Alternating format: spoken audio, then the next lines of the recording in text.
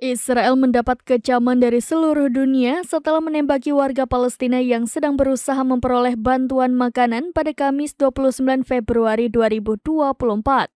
Diketahui dalam penembakan ini, 112 orang tewas dan lebih dari 750 lainnya terluka. Kementerian Luar Negeri Prancis menyebut tindakan Israel yang menembaki warga saat sedang mencari makan tidak dapat dibenarkan. Bahkan Presiden Prancis Emmanuel Macron mengeluarkan kecaman paling keras atas pembunuhan tersebut, seperti dikutip dari Al Arabiya pada Jumat 1 Maret 2024. Kementerian Luar Negeri Spanyol dan Italia juga sepakat bahwa tindakan Israel di Gaza tidak dapat diterima. Kedua negara pun mendesak dilakukannya gencatan senjata demi terwujudnya perdamaian. Sementara Sekjen PBB Antonio Guterres mengaku terkejut ketika mengetahui banyaknya korban jiwa atas penembakan Israel. Padahal mereka yang menjadi sasaran adalah warga yang kelaparan. Senada dengan PBB, Kepala Urusan Luar Negeri Uni Eropa Joseph Borrell juga mengaku ngeri setelah mendengar berita tersebut. Ia mengatakan pembantaian terhadap warga sipil di Gaza tidak dapat dibenarkan. Sementara negara di kawasan Timur Tengah seperti Turki, Qatar hingga Arab Saudi juga mengutuk keras tindakan Israel.